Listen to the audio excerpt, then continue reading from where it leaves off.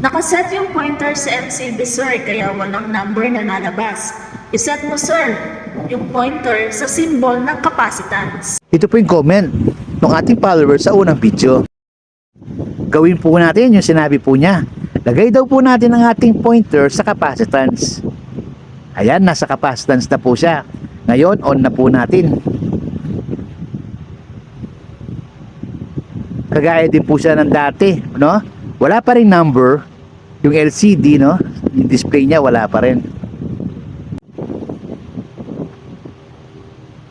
Kusa pa rin po siya nag-off. Na-report ko na po to sa seller. In just one day, na-refund ko na po ang aking binayad.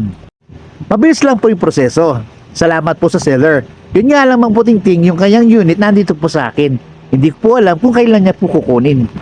Ngayon, itong na-refund po natin, pwede po tayong umorder uli. Order na po ako ulit ng another na capacitance tester. Sana po, maging okay na po ang aking mabibili. Salamat po sa nag-comment. Yun nga lang, no, kaputing ting, no, hindi rin umandar ang ating nabili. Sana nga umandar na, no, para at least may magamit na rin ako. Salamat po sa panonood.